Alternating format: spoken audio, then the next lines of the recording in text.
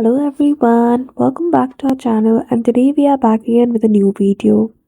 So in this video, I will show you how can you easily fix the issue with Wi-Fi option missing from Windows 11. So without any delay, let's get into it. So at the bottom right corner of your screen, sometimes the option of Wi-Fi might be missing. In this tab too, Wi-Fi option can be missing sometimes. So for that, you need to head towards Setting application. So you can simply type setting in the start or simply click on the Windows icon beside it and simply go to settings from the list. Once the setting application opens, you need to head towards network and internet setting.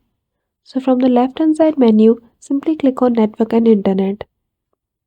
After that, once you arrive at the setting of your Wi-Fi, scroll below and go to advanced network setting. In that, if your Wi-Fi option is available, at the top you will be able to see the name of the Wi-Fi. If not, you will be able to see the option of toggling on or toggling off the Wi-Fi option. Simply toggle it on. After that, from the left hand side menu, click on System. Scroll below and you will see the option of Troubleshoot.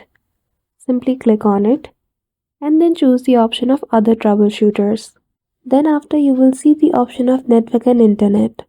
Once you click on Run, a window will appear where you will see the step-by-step process of how can you conduct the troubleshoot to solve your issue with Wi-Fi. So the very first step is to restart your PC. After that, you will easily be able to see the missing option of Wi-Fi. So that's it. That is how easily you can fix the issue with Wi-Fi option not available on Windows 11. So I hope you found this video helpful.